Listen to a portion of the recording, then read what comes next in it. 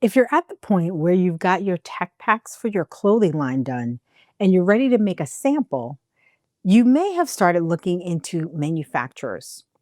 During your research, you may have also come across product developers and you're probably wondering, okay, which one should I choose? Today's video will explain the difference and help you decide which is right for you.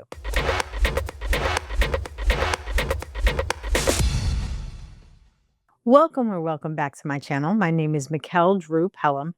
I talk about digital fashion design software, technology, and communication. If you're a little overwhelmed by the business and technology roles in fashion and seeking a balance between creativity and profitability, you're in the right place. So make sure you subscribe and hit the notification bell. So there's some really important differences between working with a product developer and working with a manufacturer. You may also approach one versus the other in different parts of your design development process. So let's start with the manufacturer.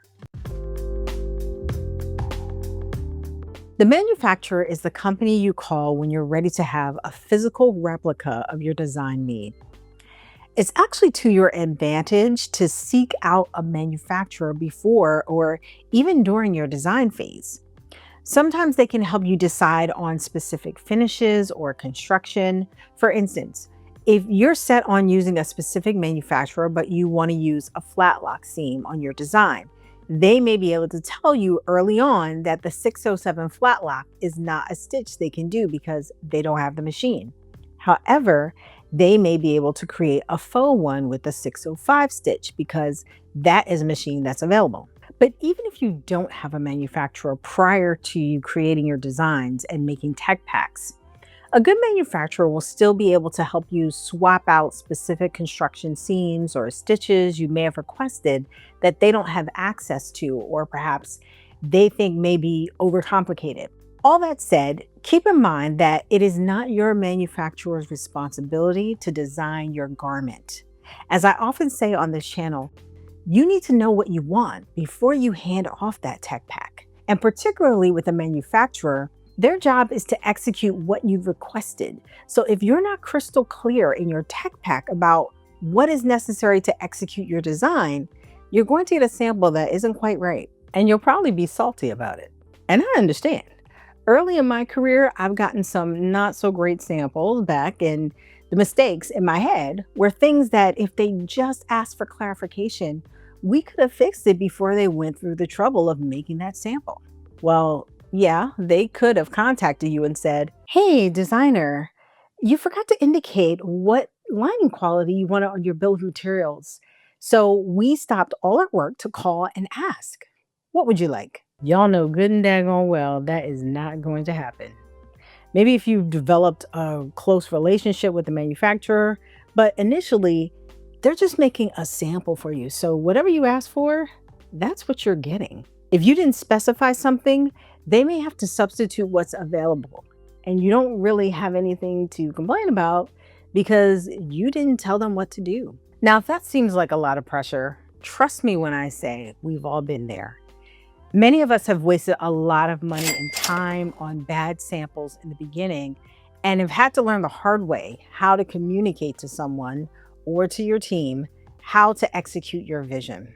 I was fortunate in a way to learn on the job and not have to spend my own money, but there were some scary moments when I thought, am I going to get fired? Because the sample that I requested was a hot mess. It's a lot of information to specify and gather, but trust me when I say you get used to it.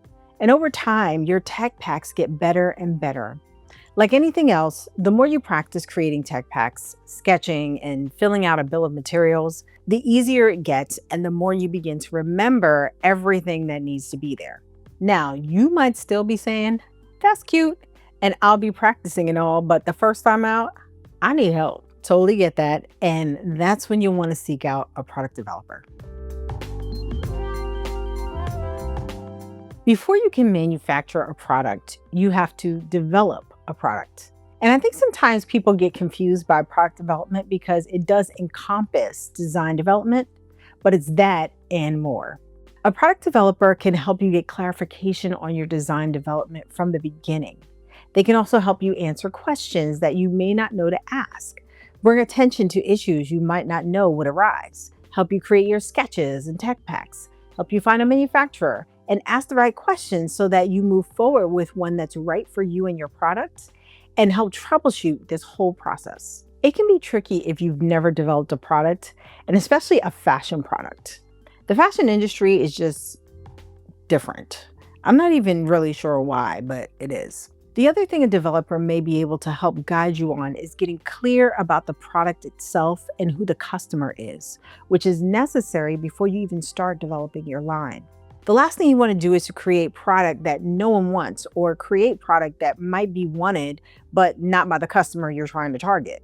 The other great thing about product developers is that some will offer a la carte services, meaning if you've got the design, sketching, and tech packs covered, but you need help with the manufacturing and the fit portion of your design development, you may be able to hire someone who can just help you with that part, or vice versa. Although if you need help with sketches and tech packs, or you're not doing it yourself, I'd suggest you hire a freelancer or a tech pack designer. So why would you choose one versus the other? Well, there are two main reasons. The first is that you need to think about your level of understanding of product development and your confidence in being able to DIY this process yourself. If you've got previous design experience and you're confident in your own abilities to DIY, which is possible, lots of people do it successfully, a manufacturer may be the way to go. The next thing you'd want to think about is your budget, for two reasons. One, if you've got a very limited budget, you'll want to be very strategic about your development and not waste money on samples. So if there's any confusion about what you're doing, you may want to seek a product developer. Two, hiring a product developer will be more expensive than just DIYing and then hiring a manufacturer, which makes sense since your developer will be handling your development from beginning to end and helping to guide you through each step. Your product developer is doing more than just sketching or creating tech packs or providing a list of manufacturers. They're talking you through current and possible future problems, working their supplier and manufacturer relationships, using their expertise in development to help ensure you're developing great product that is aesthetically pleasing and matches your vision, that fits well, that will even sell well. So as you're planning your fashion business and your clothing line, whether to DIY and then work with a manufacturer or to work with a product developer from the start, is something you want to decide early in the process. Thanks for watching today's video. If you are planning to DIY your design development and need some guidance on how to create your tech pack, make sure you check out my Creating a Fashion Tech Pack course, which I'll link to in the description below. Be sure to like, comment, subscribe, and share this video if you find it helpful. Have a fantastic week, and I'll see you next time.